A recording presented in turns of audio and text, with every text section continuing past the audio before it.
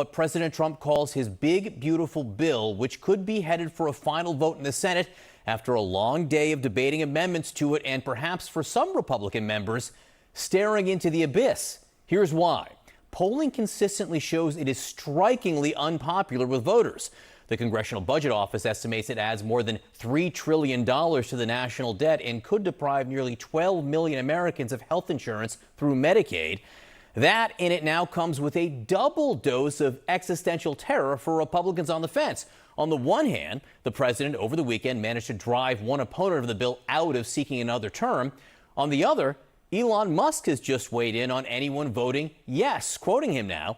Every member of Congress who campaigned on reducing government spending and then immediately voted for the biggest debt increase in history should hang their head in shame. And if that weren't enough, he adds, and they will lose their primary next year if it is the last thing I do on this earth. Now, given that his Mars mission won't be ready to go for years, that's a lot of primaries.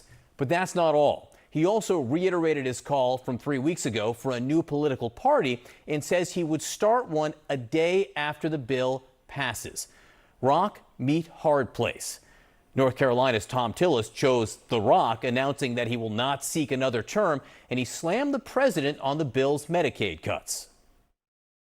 What do I tell 663,000 people in 2 years or 3 years when President Trump breaks his promise by pushing them off of Medicaid because the funding's not there anymore, guys?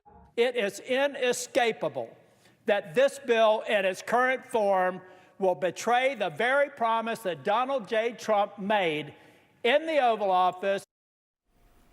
So today, White House Press Secretary Caroline Leavitt said that Senator Tillis is, and these are her words, just wrong.